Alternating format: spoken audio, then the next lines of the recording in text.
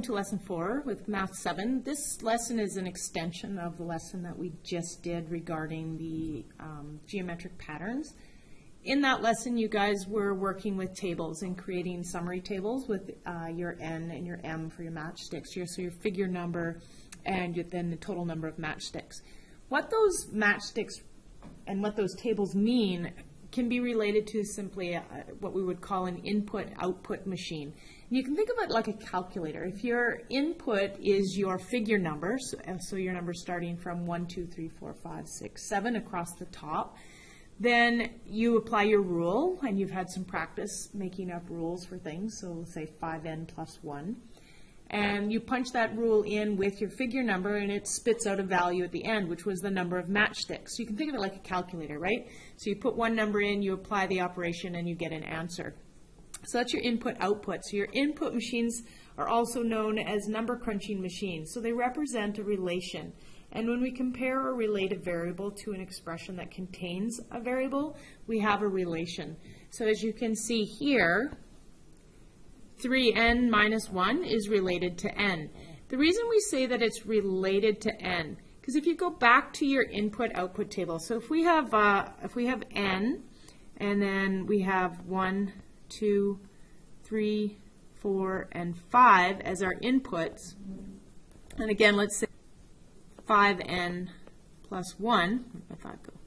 5n plus 1, then we would substitute the 1 in for n. That would give us 5. So 5 times 1 is 5 plus 1 is 6.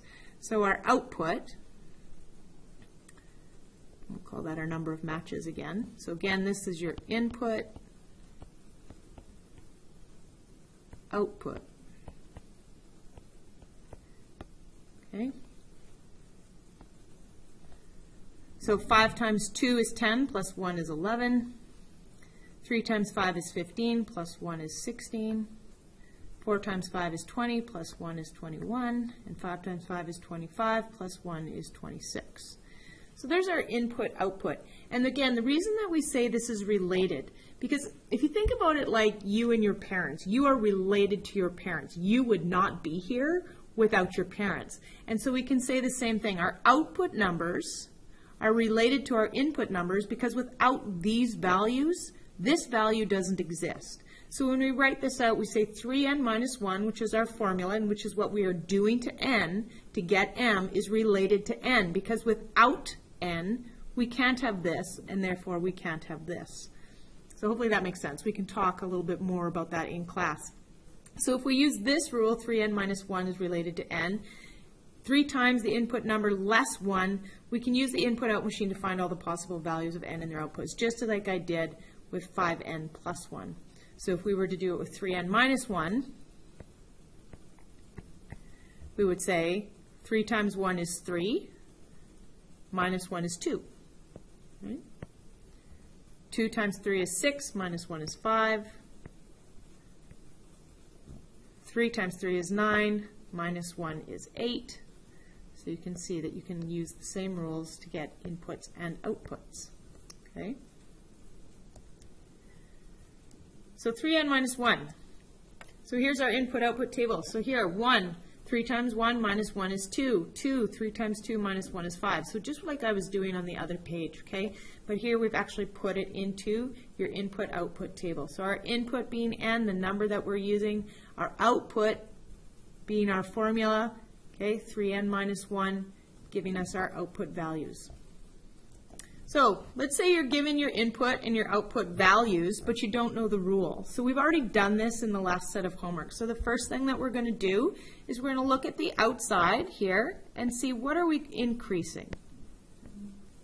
So we're increasing by plus 2 each time here. Okay?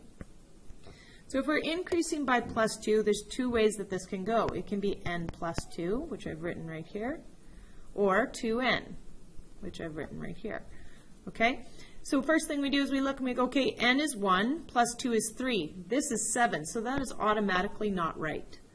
So then we go to 2n. 2n, so 2 times 1 is 2. That's not a 2. How do we get to 7 from 2? We have to add 5. Okay, so then let's look to see if this rule works for the rest. So 2 times 2 is 4, plus 5 is 9. Yep, that works. 3 times 2 is 6, plus 5 is 11. Yep, works. 4 times 2 is 8, plus 5 is 13. So that works. So this becomes our rule for this table.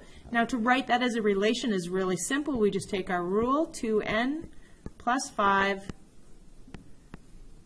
related to n. So you always relate it back to whatever the variable was. So if this is a t here, if it was 2t plus 5, then it would be related to t instead of n. Okay?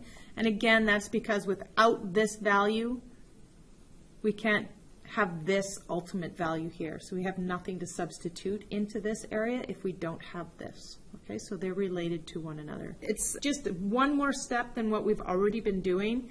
And so this has not been a long lesson. We're just taking it one step farther. We will take it another step farther next time. So we'll do some practice with some input-output tables next class.